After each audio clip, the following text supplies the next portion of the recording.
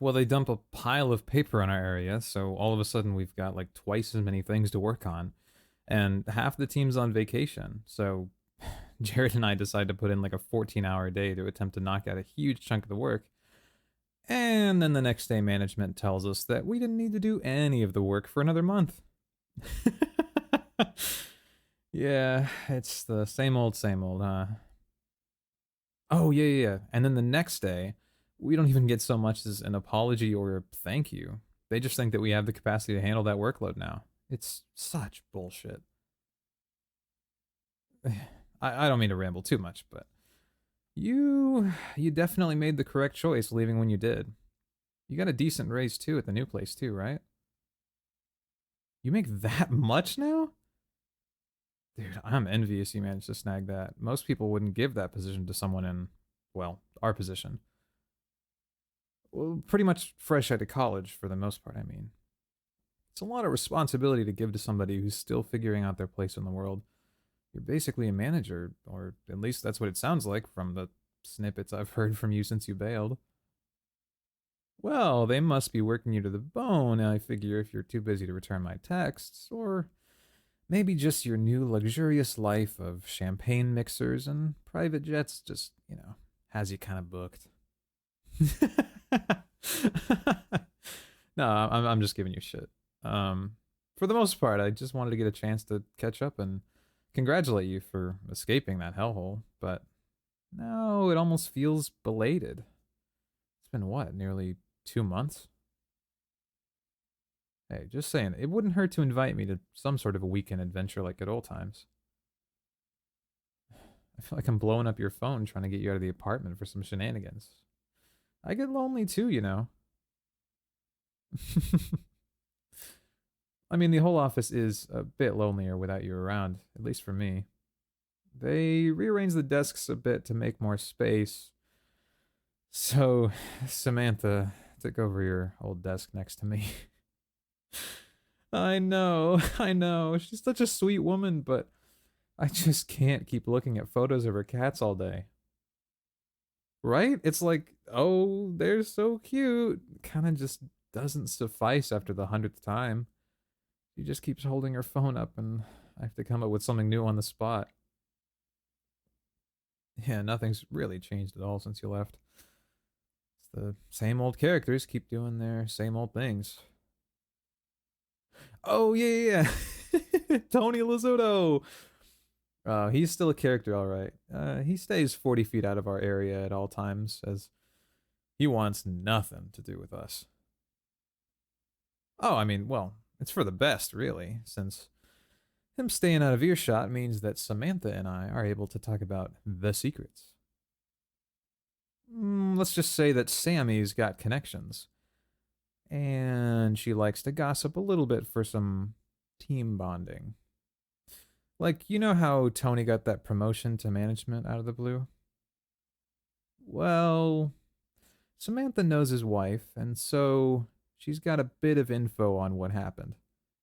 It turns out he doesn't actually really manage that team. Yeah. You see, the whole operation's run by. Hmm. Oh, it looks like the food's here. I'll go grab it. 1 second. All right. Here we are. You got the Shio ramen, right? There you go. This place is awesome, by the way. I wasn't kidding when I said it was worth the trip up to my place, even if it was only to try their ramen. They sort of separate everything so it doesn't get soggy, so you have to pour the noodles into the broth and then kind of stir it up a bit. Right, just like that. And then, oh yeah, there's some chili powder you can add if you like your ramen a little bit spicier. Mm-hmm. Well, I mean, without further ado, let's dig in. Mm. Mm-hmm. It's pretty amazing, right? Ugh, that homemade broth and the perfect firmness of the noodles. Oh, and don't even get me started on how they cook their eggs. Yeah, mine comes with a ramen egg. Well, if you wanted one, you should have ordered one. You snooze, you lose, and all that. Listen, you can try mine, but you've got to eat a noodle from my mouth, Lady and the Tramp style. Is it really worth that much to you? Oh, as if that's remotely the most embarrassing thing you've ever done. You remember the Christmas holiday party and then the subsequent after party. Oh, well, I figured you'd remember some of the antics, but you were off the juice for that. There's some stuff that I'm taking to the grave. I'm sorry. Oh, no, no, no, no, no, no, no. That's what you promised me. There are, what stays in that party stays in that party. Mmm. I mean, I'll tell you anything you want to know about what happened, but you just have to agree to my demands. Hmm. Hmm. Hmm.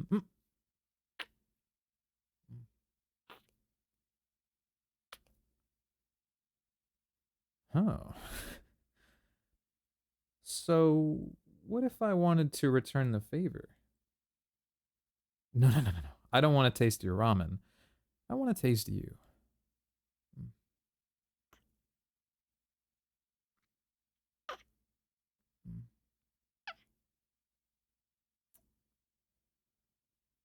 Oh, even better than I expected.